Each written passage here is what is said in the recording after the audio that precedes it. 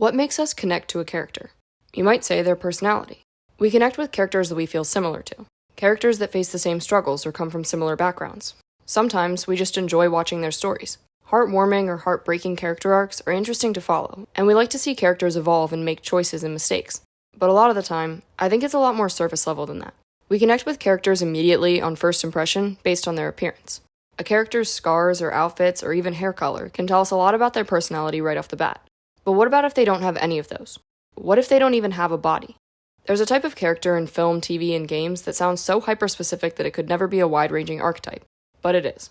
The evil robot with one red eye. Super specific, yet somehow also super common. I wanted to go through the numerous examples of this character and try and explain how an audience that we know to be enamored with human stories and drawn by exterior character details can be so moved by stories about a bodiless, non-human character. So getting right into the examples, it'd be sacrilegious to start anywhere else. Open the pod bay doors, Hal. Heuristically Programmed Algorithmic Computer, or HAL, is the antagonist of the 1968 film 2001: A Space Odyssey. This movie follows a group of astronauts traveling to Jupiter aboard the Discovery 1, whose functions are controlled by the artificial intelligence device, the HAL 9000. From the beginning of its introduction, we see the lines start to blur surrounding HAL's consciousness. He's a program, supposedly without emotion, but the characters humanize him by giving him a name. Dave has philosophical conversations with him, Frank plays chess with him, they treat him like a friend, until he starts to change. In the sequel to the book which the movie is based on, Arthur C. Clarke explains that Hal's switch occurred after receiving conflicting orders. Dr. Chandra, Hal's inventor, says that Hal was told to lie by people who find it very easy to lie. Hal doesn't know how, so he couldn't function. He became paranoid. And this paranoia manifests into murderous actions. By the end of the film, Dave decides to disconnect him, and this scene could be looked at a couple different ways. First, the ape that ushered in the new period of advancement through its interaction with the monolith and discovery of the first tool used it as a weapon. In the future, Dave also touches the monolith, is placed in the human zoo to be monitored, then chosen to usher in the new period of development. But both came with violence. The ape destroying another ape, its equal, and Dave destroying Hal, his supposed intellectual superior. And while Dave is unplugging Hal, he begins to sing Daisy Bell. And he taught me to sing a song. I can sing it for you. Daisy, Daisy, give me your answer too. This was the first song ever to be performed by a computer in the real world, at Bell's lab in 1961, an event that the author of the book, Arthur C. Clarke, personally witnessed.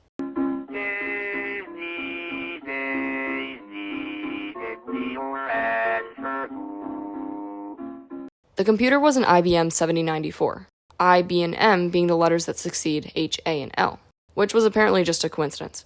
The scene is meant to display that as Hal's being shut down, he reverts to his earliest memory, being taught this song. It could be seen as a sad scene, a display of how this computer that malfunctioned because of conflicting orders strayed so far from its original predecessor. When I first watched this movie, I cynically assumed that this was manipulation rather than genuine fear or pain. I took this scene to be Hal's last-ditch effort to prove his usefulness and his connection to humanity in order to convince Dave not to deactivate him. I'm afraid, Dave. But that's part of the fun of these characters. They leave a lot up to personal analysis. So going back to the surface, what does his design signify? It seems like it couldn't signify much. He's just a black rectangle with a red light. It's an incredibly simple design, like the monolith. HAL, the program whose intelligence poses a threat for humanity's undoing, is designed with the same proportions, color, and simplicity as the object used to signify the technological development caused by human intelligence. Both objects also feature an unnatural element. The monolith is a harsh, geometric shape in a rocky, natural setting, and HAL is an artificial intelligence with the voice of a regular human. The dichotomy present in both these tools raises the question if technology in an animal world is as unnatural as it sometimes feels. And it gets even more ironic when you consider the basic shape of the devices that would be released the same futuristic year the movie was set and hold the name of the containers that serve as symbols of technological advancement. So positives for Hal. Hal's intelligence and capabilities far exceed that of man's, but he was created by man, so he contains some touch of humanity. Negatives, he killed multiple astronauts on board. Not all the examples are going to be that long, but nearly every example that follows was inspired by this one, so I figured he deserved a full analysis. So the character inspired by Hal that I want to discuss first is Otto from WALL-E. His design is very different from Hal's. Otto is an electronic wheel for the Axiom, the luxury cruise-style spaceship that's moving humanity around the cosmos until they can safely return to Earth. One difference between Hal and Otto is their voices. While Hal's voice sounds like a regular American human man, do you mind if I ask you a personal question? Otto's voice is robotic and monotone. We cannot go home. Hal is also a simplistic black rectangle with a red dot. He's small, and he's embedded into the wall of the ship. Otto is a wheel attached to the ceiling, and has more physical autonomy than Hal. He can retract himself into the ceiling, twist his wheel, and extend his arms. So what about similarities? First, they both have that distinctive red dot, the all-seeing eye. And secondly, they both have a mission. This is pretty much a necessity for this trope. Since the majority of these robots are AIs, they were created with purpose.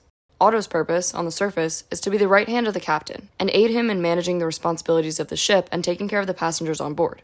But his secret purpose is the A113 directive, an order to not return to Earth due to the level of pollution making the planet uninhabitable. Clearly this mission is in direct opposition of the captain who is enamored with Earth. Otto wants the plant to be destroyed to prevent humans from being able to go back home, and eventually gets a deactivation defeat scene. Otto is interesting though. Again, when I watched this movie for the first time, I interpreted his character differently. He's explained to be insistent on not returning to Earth because of his strict programming, but when I watched the movie, I assumed he was self-aware and actively choosing not to let humans to return because he enjoyed how dependent they become on him.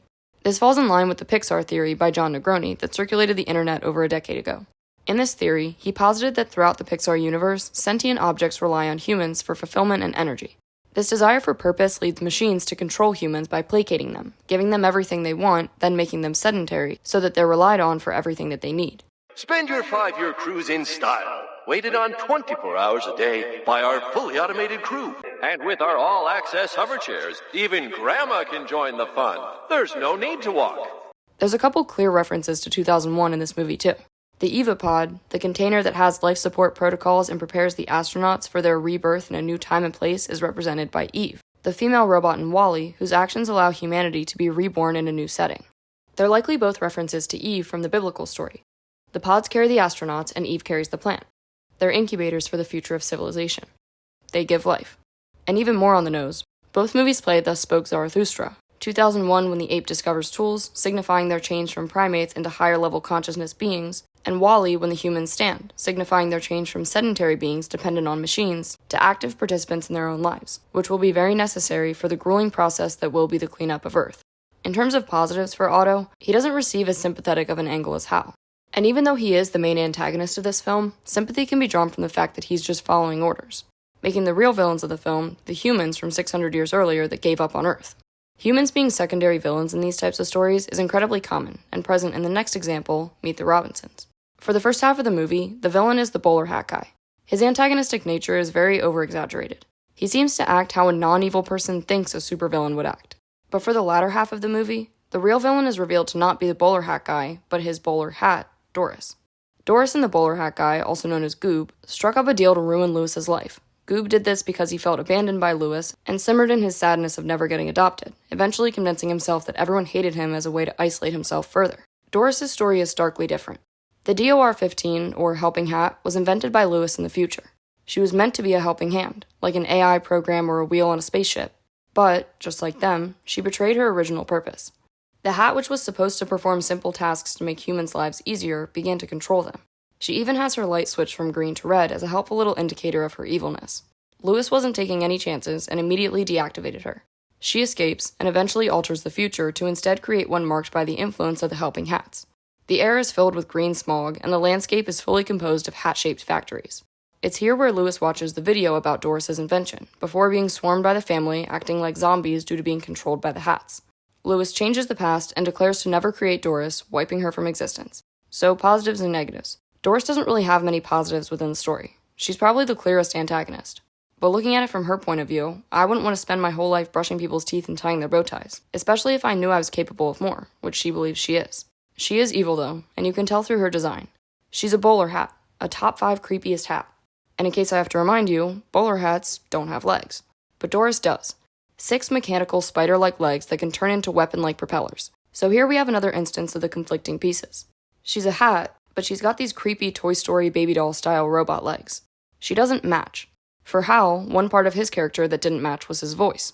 Robot interface, human voice. Doris actually matches in this department. She's a robotic hat, and she communicates through beeps, which Goob understands for some reason. He's all the beeps and buzzes of Doris. But her contrasting design pieces come from the fact that we know hats aren't supposed to have mechanical legs, so she ends up looking like a kind of twisted science project. And something that is intriguing to us is Doris. Doris, a bowler hat, not just a bowler hat, but an evil bowler hat. Yeah, it's one of the things we're really proud of because it's something different. You've never seen that. I mean, a villain who's actually a hat. Doris is a clear cautionary tale for technological advancements, especially those designed with the purpose of directly serving humans. Her story is ironic, though, considering the message of the film. I mean, this stuff is way too advanced for me. Keep moving forward. And what if I can't fix this? What are we gonna do? Keep moving forward. Why do you keep saying that? And don't just say keep moving forward. Keep moving forward is Lewis's motto in the future. You can't dwell on the past, you have to move forward. It relates to his abandonment and his progress as an inventor. But in relation to Doris, it also rings as a sort of warning. Keep moving forward, keep advancing, but what if we advance too far? Lewis invents a device that develops its own autonomy, and chooses to move past this mistake. Goob couldn't move forward from his past, being scorned by his friend, which led to him changing for the future. Doris couldn't move forward from her past, being scorned by her inventor, and it erased her future. Her twist from villain sidekick to primary antagonist also mirrors a fear present in these stories, the real scary part of these machines, that they aren't always clearly antagonistic. Sometimes the way they execute their evil plans is by manipulating their host into believing they were helping them all along.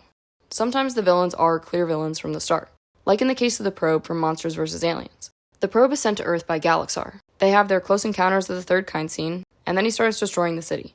And like Doris, we can see his eye turn from a calm, standby blue to evil red. He gets little characterization. He's a tool used by Galaxar. He doesn't speak, and it's unclear whether he possesses higher intelligence. All the monsters in these movies actually represent creature feature monsters from the 1950s and 60s. Ginormica is Attack of the 50-Foot Woman, Bob is the Blob, Dr. Cockroach is the Fly, the Missing Link is the creature from the Black Lagoon, Insectosaurus is Mothra, which would make the robot probe a reference to Forbidden Planet, Target Earth, or Gort from The Day the Earth Stood Still, which, hey, is our next movie. This 1951 movie starts with a piece of imposing technology. How novel.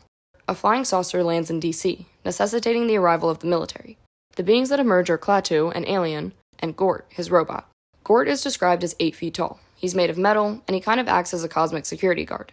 People are so afraid of being annihilated by him that they just refuse to do anything violent. He was actually portrayed by Locke Martin, an actor who stood at 7 foot 4 inches. And somebody, might have been me, I'm not sure, remembered that at the Grauman's Chinese Theater up in Hollywood, there was a very, very unusually tall man who was the doorman. And we went up and saw the gentleman, and that's the man who's inside the suit. Gort doesn't speak, but he can understand speech. He takes orders from Klaatu. Gort also has a helmet with a visor which he can shoot a laser out of. The movie is in black and white, so the color of the laser is unclear to the audience, but in the 2008 remake, the laser is red. And when it's not being used, the visor, which looks more like an eyeball now, has a red glowing light. This movie actually changed a lot about Gort's design and character.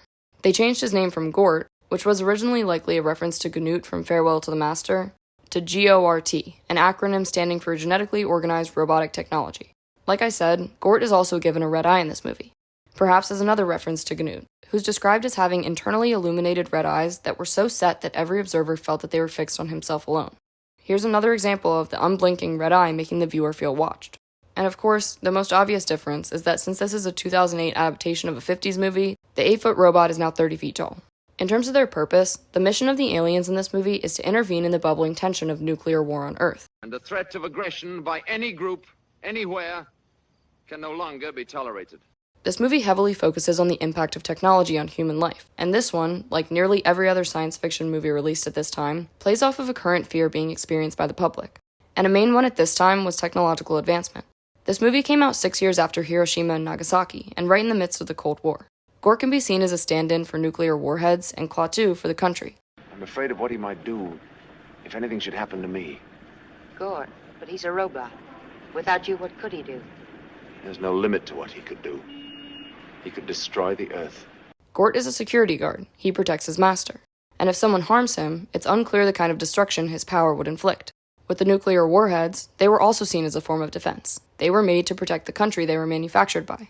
And if someone fires first, it's unclear how much, or rather how quickly, the world would be destroyed by humans' desire to defend with destruction. It's kind of treated as a Pandora's box. Humans' curiosity led them to invent, and then the sheer number of technological devices led them to believe they were the solution to everything. But there must be alternatives. You must have some technology that could solve our problem. Your problem is not technology. The problem is you. You lack the will to change. They want humans to stop the actions that are causing harm to the people and the world around them, and they give them the choice to do so. This choice is not always offered, though. Going back to Pixar again, in the 2004 movie The Incredibles, we get our robotic, one red-eyed villain in the form of the Omnidroid. This machine was created by Syndrome and tested on different supers in order to improve. He was to be released into the city and begin destroying it, at which point the powerless Syndrome would swoop in and, with the help of his zero-point energy, destroy the machine and become a hero. Mirage and Syndrome fabricate a story about the Omnidroid going rogue. And, unfortunately... Let me guess. It got smart enough to wonder why it had to take orders. We lost control. This is just a lie that they're using to get Bob to the island, but it actually ends up happening. The actual moment occurs during the fight in the city. The Omnidroid is destroying its surroundings, and then Syndrome uses the remote to control it. We see the Omnidroid see the remote and realize it's what's controlling him, so he takes it out. This machine's connection to rogue AIs of the past can be seen right in its name. The Omnidroid 9000 is a top-secret prototype battle robot. Its artificial intelligence enables it to solve any problem it's confronted with. The Omnidroid 9000 shares its numbered half of its name with the HAL 9000. Whether or not Syndrome realized it, he was creating AI. He built a machine that learned and advanced through trials with different superheroes, and if we go back to the Pixar theory, we can see that evolution of robots' thinking process around their purpose. In The Incredibles, which takes place in the 60s, the first sentient robot is vengeful towards its creator. He has a purpose that extended beyond the use Syndrome made it for. But by WALL-E, which takes place in 2805, the robots have evolved to realize a fundamental thing. They can get more out of their purpose by manipulating humans than destroying them. WALL-E himself is a special case of this evolved purpose. He was made to pick up trash. And unlike the other robots that died off because of their lack of purpose and cleanup after the humans left, he maintained a sense of purpose through his fascination with human connection. Other characters have not fared as well in the post-apocalyptic world. 9 from 9 is a ragdoll who wakes up in a post-apocalyptic world decimated by machines. The apocalypse started after a scientist's invention, the Binary Reactive Artificial Intelligence Neurocircuit, or BRAIN, was seized by the government and turned into the fabrication machine. Obviously, the machine turns evil, and the 9 ragdolls are created and imbued with a part of the scientist's soul in order to combat them. Like the Meet the Robinsons situation, I think this could be another example of keep moving forward. The scientist created something that got into the wrong hands, so he moved forward and created something else to stop it. But it could also be a the day the earth stood still situation, where humans believe technological solutions are the answer to everything, without questioning why they felt the need to create the inventions that require a solution in the first place. When looking at the design of the pieces of the brain in this movie, it's clear how they fit into the red eye part of this trope. The fabrication machine and other parts of its hive mind, like the Steel War behemoths, which also closely resemble Doris's factories, are marked by the red glowing eye. The machine's design is particularly interesting. He's a triangle with a red light in the middle, and slightly resembles the Chancellor's symbol. I think the symbol also kind of looks like a spaceship about to take off, connecting to that common association between these robots and space. That's the main concept explored in Disney's 1979 movie, The Black Hole. At the time, this was the most expensive movie Disney ever produced, and it was capitalizing on the science fiction, space-based intrigue at the time. The movie sees the USS Palomino finding the lost spaceship, the USS Cygnus. The father of one of the scientists on the Palomino was on the Cygnus when it disappeared. They find one remaining scientist aboard, Dr. Hans Reinhardt, and he explains that since the rest of the crew left or died, he built robots to replace them. One of these robots is his personal bodyguard, Maximilian. The crew of the Palomino discovers that their gracious host has actually turned the former crew into these drones after a fight that erupted when their ship was damaged. The Palomino crew escapes and flies through this glowing cathedral portal, and Reinhardt floats into space before being taken in by Maximilian and flying through a hellish tunnel. Maximilian is an all-red robot with a red visor-style light where his eyes would be. He's an antagonist who's programmed to serve. We aren't privy to his thoughts, and he doesn't speak. So we're left to question whether his loyalty to his creator is his intended programming functioning as normal, or a desire for violence under the guise of helping the leader. A more cartoonish version of this evil Cyclops robot comes from another Disney movie, Disney Pixar's Lightyear. The Cyclops, like Maximilian, are servants to their leader Zurg. They also share a similar design with the Zurg bots from Toy Story 2. Turning to a more comedic side, there's the 2017 movie Colossal. This movie has a really weird premise, so strap in. Gloria is an unemployed alcoholic who, after getting broken up with, moves back to her hometown and sparks up a friendship with her childhood friend Oscar. Randomly, there's also a giant monster terrorizing Seoul. Gloria begins to realize that this monster is mimicking her exact movements, specifically when she steps onto a playground at 8:05. She tells Oscar and his friends, and when they're all in the park, they see helicopters are firing missiles at the monster.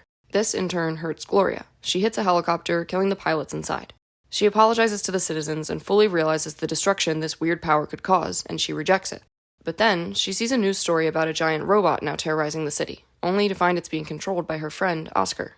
He's been jealous of Gloria since they were children, when he destroyed her diorama, and he gets swept up in the sense of power. He threatens continuing his path of destruction to get her to drink a beer, and tells her that he'll keep using his robot as a weapon if she doesn't date him. She ends up going to South Korea and standing in the city, which controls the monster in the playground, who promptly picks Oscar up and chucks him into the sky. This movie deals with a lot of intricate issues that converge with each other. Gloria is an alcoholic. It's an addiction. It's harmful. Oscar is manipulative. He feels entitled to Gloria and has always been jealous of her. These characterizations make sense because they're mirrored by their creatures. Gloria's creature is a goblin-y, lizardy monster. It's flawed, but it's natural. Oscar's creature is a robot. It's intentionally designed. It's cold and calculated. Gloria ends up hurting people, like her boyfriend, as an unintentional consequence of her alcoholism. Oscar, on the other hand, strategically acts in ways that he thinks will get Gloria to end up with him, because he's the nice guy. But when he's alone, he's still the kid smashing her diorama because he's jealous of her. Unlike Gloria, he enjoys causing destruction and pain because it provides an outlet for the feelings of inadequacy he's faced his whole life. He's up there with Hal Stewart and Dawson Leary in the worst Nice Guys Hall of Fame. Don't. Okay, I'm a nice guy. I'm a damn bunny rabbit. You've been hoodwinked, baby! But neither of these creatures, the monster or the robot, are inherently evil. Their actions are caused by people controlling them. A similar thing happens in Eyeborgs. The drones themselves aren't evil, but rather it's the AI program that's controlling them, called Odin, which stands for Optical Defense Intelligence Network. Jesus, these movies love an acronym. The Eyeborgs are designed with crab-like bodies and one centered eye with a red camera lens. The plot point about the drone's footage being altered aims to combat the notion that cameras record an objective truth, as a commentary on the rampant spreading of fake news. They also relate to the notion of a surveillance state, and again, paints this red light as an all-seeing eye.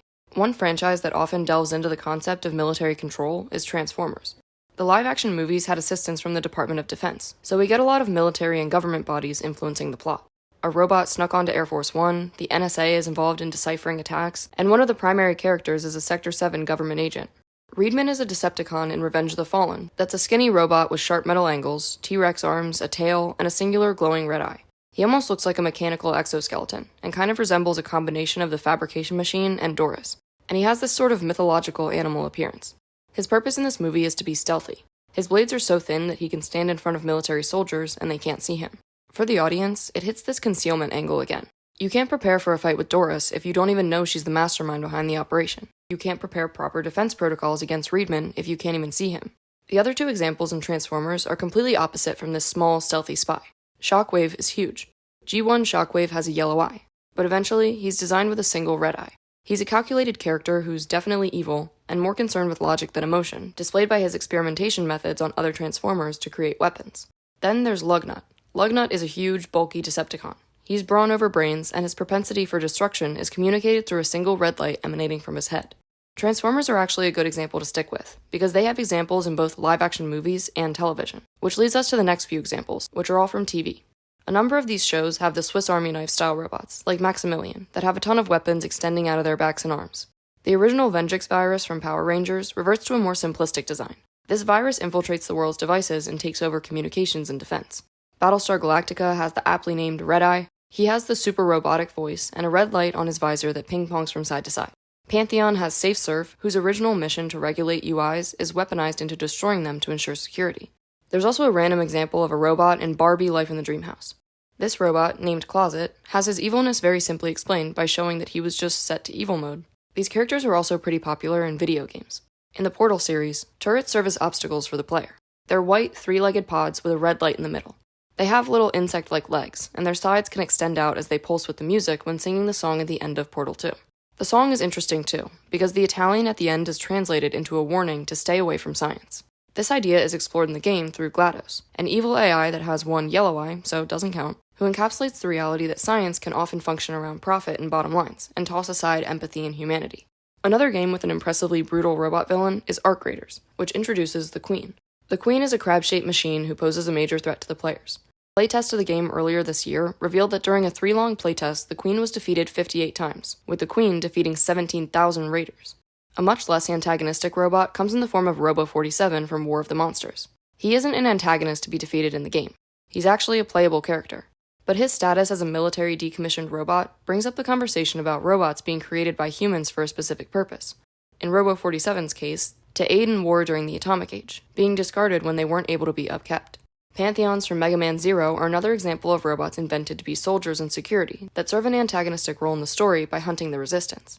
The Joes from Mega Man pose a similar threat. Sniper Joe has a shield, blaster, and a green helmet with a red eye. The helmet also comes down in the middle, giving them this constant furrowed brow look, which contributes to their antagonistic presence. There's Hammer Joe, Skeleton Joe, Apache Joe, Cannon Joe, even Truck Joe. Another series that features attack robots with a handful of different variations is Fallout. The Assaultrons were created by the military, of course, and were repurposed by groups like the Gunners. Units like Cleo appear to have developed advanced human-like thoughts. The red eye also serves a purpose in the gameplay.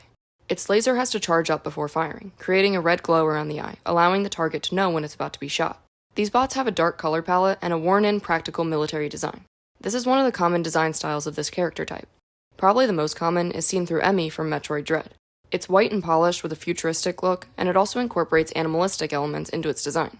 It has hawk joints and claws, and the uncanny status of its design is finished off with a glowing electronic light in place of the head of this animal-shaped creature. Probably one of the most unique design styles can be seen in Big Sister from Bioshock 2. These characters were not created to be evil. They grew aggressive and violent as a result of the setting they existed in. They were conditioned to seeing the Rapture in a positive light, and their personalities were altered by their exposure to Adam. With the combination of the genetic substances Adam and Eve, there's another reference to the biblical story, hitting home the point that these stories are often about both betrayal and rebirth. They're 6'10" and feature a steampunk-style design with buckles, tall boots, and gadgets coming off different sections of their body. They weren't born evil, they were corrupted. This archetype, like many others, can be altered throughout the media it's presented in. Some of the characters get the one red eye from losing the other one. The seamstress and the cat beast from 9, and probably the most iconic example in the form of the Terminator. Now for the reasons. There are a couple interesting aspects to the Cyclopean robot that fill the character with unique pieces of symbolism. First, the voice. A lot of robots tend to speak in a distinctly robotic manner. Their speech is stilted and formal, and their delivery doesn't contain the relaxed prosody present in natural human languages. Let's go eat some batteries. I mean human food. Hey, batteries, I mean human food. Sounds good to me. Wonderful. Let's go. But Hal does have this natural intonation. He doesn't speak like a stereotypical robot, he speaks like a human. I'm sorry, Dave. I'm afraid I can't do that. And it's unsettling. It lays somewhere in the uncanny valley. Like if seeing a figure that closely resembles a human but isn't one is disturbing to us, then hearing a voice that could completely pass as a human come out of a black box with one red eye is downright terrifying. But voices that don't belong to the apparatus they're coming out of has happened before. There's a ton of kids' movies that center around dogs with human voices. Doug, Dougal, Airbuds, Beverly Hills Chihuahua. That should be disturbing. Animals don't talk. And when they do in these movies, it looks really wonky. But it's not scary. It's not scary because these words are coming out of a living being. It's a dog, yes, but it's still giving those social cues. They wag their tails and raise their eyebrows. These movies even CGI their mouths to move all weird. The voice is coming out of a being that we know is capable of making sound, and the rest is up to your suspension of disbelief. But when the voice is coming out of an inhuman box, displaying none of the social cues that help us know when to be calm or anxious or frightened, it's unnerving. It's fun. It was fun to create a character that relies all on pantomime like that. It's all the sounds and movements of the character. That's what you have. You don't have a face to create any performance. So it was great. As an example, Hal was much creepier to me with a normal voice than when he had a deep voice when his system was being shut down. Him attempting to appear unthreatening was much more unsettling than him getting a more stereotypically scary, deep robot voice. The mouth is not the only part of the face that attributes to this sense of unease. It's scary that a voice is coming from something without a mouth, but often even scarier that emotions are being expressed by something without eyes. The eyes are an incredibly important part of human interactions. Well, I believe that you can see things in the eyes. The eyes are the window to the soul. My grandfather told me this story himself. I saw the truth of it in his eyes. The eyes, Chico. They never lie. You want to know where the sound is coming out of? That's what we rely on the mouth for. But if you want to know the meaning behind the words coming out, you look to the eyes. I'm not going to go through every feature on the face and explain how machines don't have it. I think the eyes and mouth are the two main contributors to expressions on the face. No one really communicates through their nose. So because of the absence of a lot of these cue-giving facial features, there can be this feeling of lack of understanding. If a creature doesn't have features that emote in ways we're used to, it can be confusing and potentially threatening. It's easy to see that this human is happy and this one is angry. Even for non-human creatures, most people can tell that this dog is happy and this one you should get away from. But what is this robot feeling? You can't tell. And if you can't tell, you can be at risk of being manipulated or worse. The idea of wide-ranging ideas being deciphered through the eyes has been historically explored through art. Arnold Schoenberg's 1910 painting, The Red Gaze, featured this portrait of a man with accusatory red eyes. It stirs up feelings of distress and internal conflict, similar to a machine achieving sentience and struggling to understand opposing orders. An Allegory of Propaganda, a 1939 painting by Paul Klee, explored propaganda with a focus on its potential for manipulation. This relates to the machine's unblinking, all-seeing eye, or lens, that can start out as an objective recorder of events, and then be distorted by negative influences. It also relates to the potential to be manipulated by these machines, whose expressions you can't read and who've been labeled as an invention specifically made to help you. To draw it in tighter and look at the machine itself, a couple things can be drawn from its general appearance. Some are white, some are steampunk, some are thin, some are hats, but they're all machines with a red circular eye, and both parts of that have their own symbolism. Starting with the red, in short, the eye being red really just exists as a shorthand that this character is evil. There are so many examples of blue is good, red is bad that it could warrant its own dissertation. In the context of the one-eyed robots, I think it relates to this notion that blue is calm and red is irrational. A lot of these machines have a blue light when their program is running smoothly. It's when it switches from blue to red that we as the audience can see that the machine that was once functioning in a stable state has become illogical, angry, or dangerous. In terms of the circles, they come with their own symbolisms too. Circles have no end, so they can represent infinity, and both sides connect, encapsulating a clear unification of everything inside and everything outside. Circles also represent renewal. The circle of life, the Ouroboros, things influencing other things and resulting in change or renewal. The machines go through a journey, and a lot of the time, it results in the other characters experiencing significant change or being reborn. The humans from WALL-E start to walk again and re-inhabit the Earth. Defeating the Omnidroid brings the Parr family back together, unified by their powers and desire to protect one another, and Dave literally ends the movie as a giant fetus in space. Circles can represent unity, wholeness, and cycles. Red can represent anger, violence, and danger. So you take the shape that represents everything being in its right place, two ends meeting each other in perfect symmetry, with the color associated with strong emotions, danger, and impulsivity, and combine them into one character that represents a seemingly perfect device undone by its developed feelings of jealousy, betrayal, and anger. It works. Going back to giant fetus Dave in space for a second, that actually leads into the next symbolism. The concept of artificial intelligence, any form of new technology really, can be pretty terrifying. It's that fear of the unknown.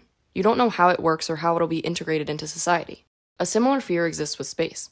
Endless questions exist in relation to the cosmos, so pairing a device that mysteriously gains sentience with a setting whose number of mysteries are almost as large as the expanse of space itself just makes sense. That's why we see so many of these robots coming from or being associated with space. It's also why a lot of the characters have Lovecraftian and oceanic elements to their design. These characters with multiple mechanical, tentacle-like limbs, winding their head around following the character, resembles religious figures, mythological figures, and real-world animals, all of which come with a level of mystery, similar to that related to machinery. And finally, these stories mainly concern themselves with telling a story about robots, or at least that's what they lead you to think.